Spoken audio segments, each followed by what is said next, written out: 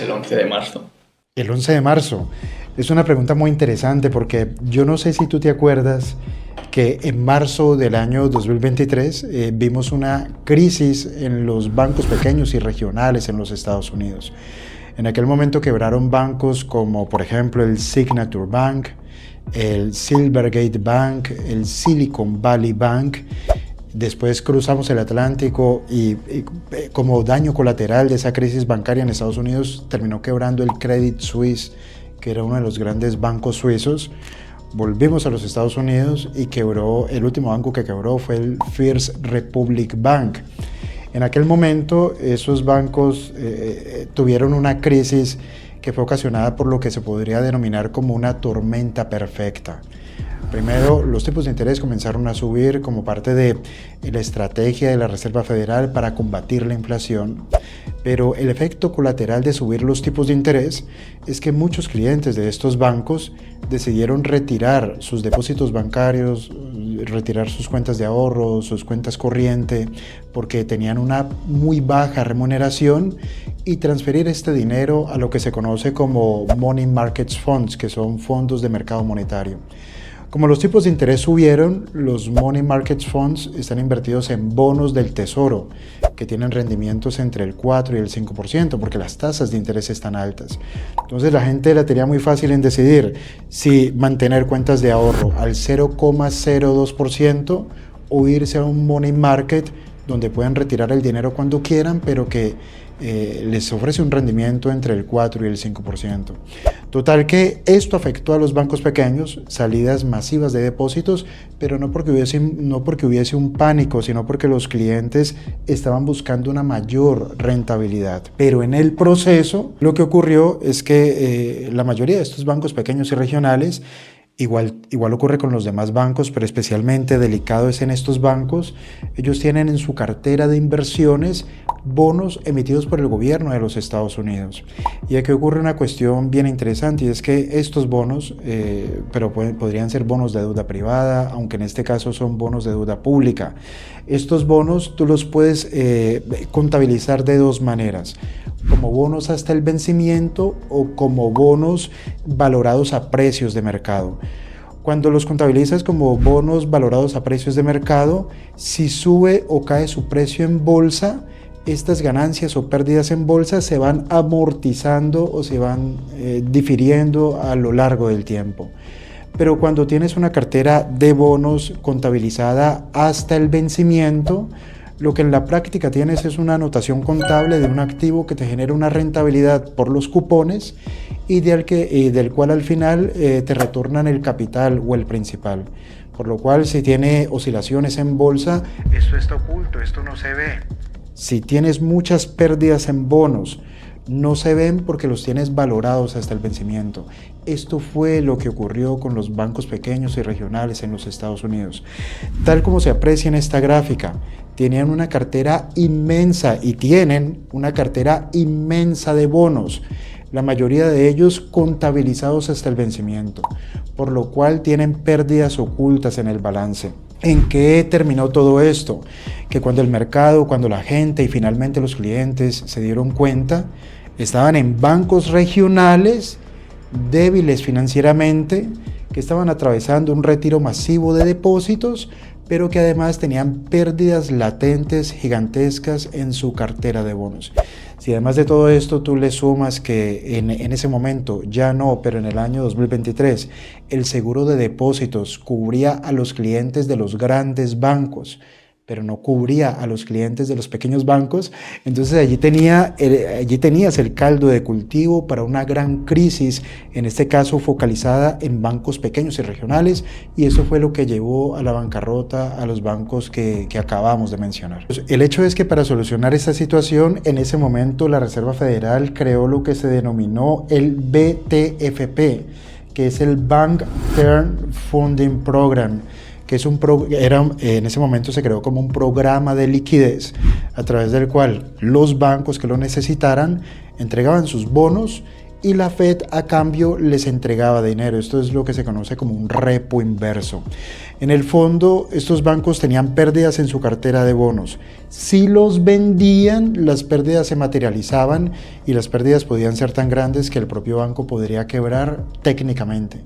Pero en cambio, al hacer el repo inverso, no materializas la pérdida, pero utilizas el bono para obtener liquidez y con esta liquidez puedes generar el efectivo necesario para cubrir los retiros de los depósitos de los clientes y para poder girando, para que el negocio siga funcionando.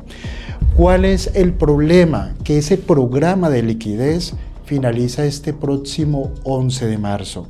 Pero finaliza en un momento en el cual los tipos de interés siguen siendo altos, las cuentas de depósitos o las cuentas remuneradas de los bancos siguen teniendo unos rendimientos muy bajos, por lo cual los clientes siguen buscando rentabilidad en fondos del mercado monetario.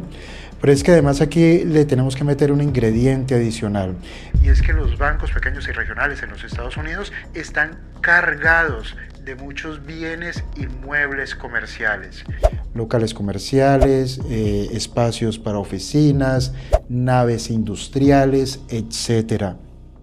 De hecho, cuando uno mira un gráfico o una imagen como la que están viendo ahora mismo, con el porcentaje en términos de préstamos hipotecarios para bienes inmuebles, estos pesan el 37% de todos los préstamos que han entregado los bancos pequeños.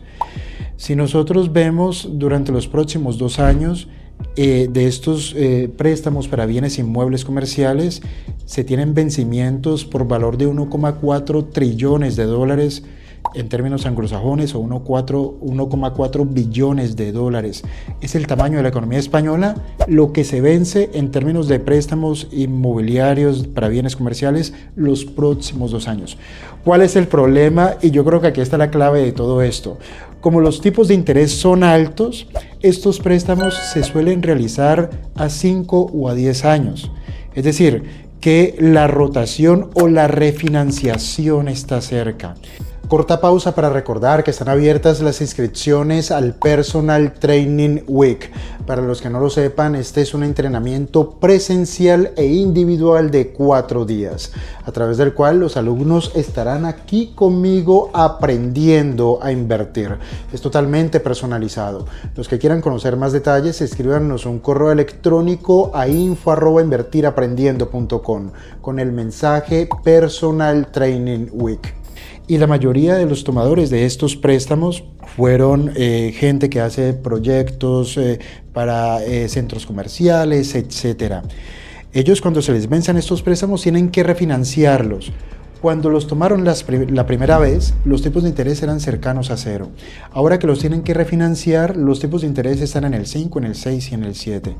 ¿Qué es lo que puede ocurrir? Y es algo muy probable, que muchos de estos préstamos no van a ser refinanciados, sus tomadores van a entrar en bancarrota, pero es que además, tal como se aprecia en esta gráfica, el precio de los bienes inmuebles comerciales en los Estados Unidos está en caída, por lo cual estos bancos tienen como garantía activos que son bienes inmuebles comerciales que tienen ahora mismo un menor valor que incluso el préstamo que otorgaron originalmente. Supongamos que prestaron $1 millón, las garantías eran el equivalente de $1 millón en bienes inmuebles comerciales, pero probablemente ahora no valen $1 millón, ahora valen 800,000 o 700,000. Las razones para que los bienes inmuebles comerciales estén cayendo de precio son muchas, pero yo creo que la principal son las preferencias del consumidor.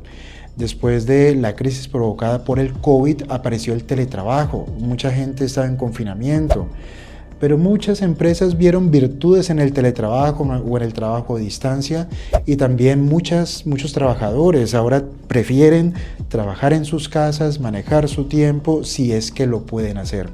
El hecho es que, tal como se ve en esta gráfica, la cantidad de metros cuadrados vacantes en los Estados Unidos está disparada, está en máximos históricos. Es decir, son locales comerciales y espacios para oficinas que no se alquilan porque nadie los necesita. Son edificios enteros que están vacíos. ¿Cuál es la consecuencia de todo esto? Que tenemos miles de edificios vacíos a lo largo y ancho de los Estados Unidos. ¿Y qué consecuencias crees que puede acarrear esto? La consecuencia en la práctica es lo que veníamos diciendo. Tienes activos que son la garantía de un préstamo inmobiliario que ahora tienen menor valor. Cuando estos préstamos, que son 1,4 trillones de dólares, lo que se tiene que refinanciar a lo largo de los próximos 2 años, cuando estos préstamos no sean refinanciados o los promotores inmobiliarios quiebran y entregan estos activos que eran garantía a los bancos, y los bancos, con ellos ocurre lo que ocurrió en el año 2008, no tienen liquidez y como contrapartida tienen activos que son ilíquidos, que nadie necesita, que son edificios vacíos, locales comerciales vacíos. Y si esto lo combinamos con un momento en el cual los clientes de estos bancos pequeños siguen buscando rentabilidades en fondos monetarios, por lo cual retiran su dinero, retiran la liquidez del banco, y que por el mismo aumento en los tipos de interés, las pérdidas en su cartera de bonos sigue estando presente. Si a todo esto le sumamos que se finaliza el programa de liquidez de parte de la Reserva Federal, entonces podríamos volver a ver una crisis en bancos pequeños y regionales a partir del 11 de marzo de este año, del año 2024. ¿Se podría repetir algo como lo de 2008? Se podría repetir, no como algo como lo de 2008, ¿sabes por qué? Porque lo de 2008 estaba enfocado en bienes inmuebles residenciales. Y esto está enfocado en bienes inmuebles comerciales.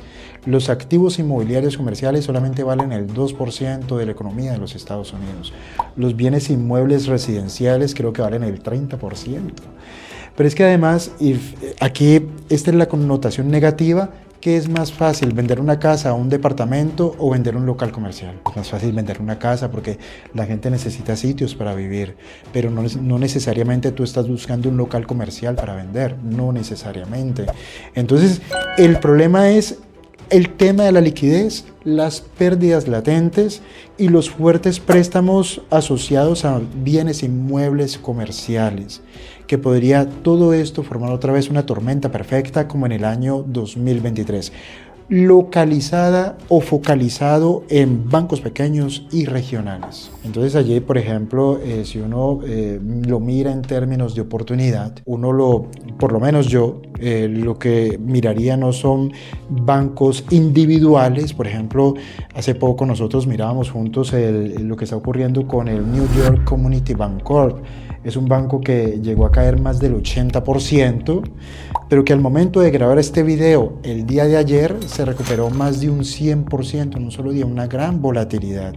Es un banco pequeño que está generando mucha volatilidad dentro del nicho de bancos regionales en los Estados Unidos, pero que está muy asociado a lo que acabamos de explicar con la finalización del Bank Term Funding Program y cómo esto combinado con los otros factores podría volver a generar esa situación de crisis. Si volviera a ocurrir la crisis, yo no miraría bancos individuales porque un banco es difícil de analizar. ¿Te acuerdas que lo comentábamos? Pero en cambio, por ejemplo, si yo tengo exposición a bancos pequeños y regionales a través de ETF, estos ETF me ofrecen esa exposición, pero me dan la diversificación. Por lo cual, si alguno de estos bancos quiebra, su impacto en la inversión sería insignificante realmente.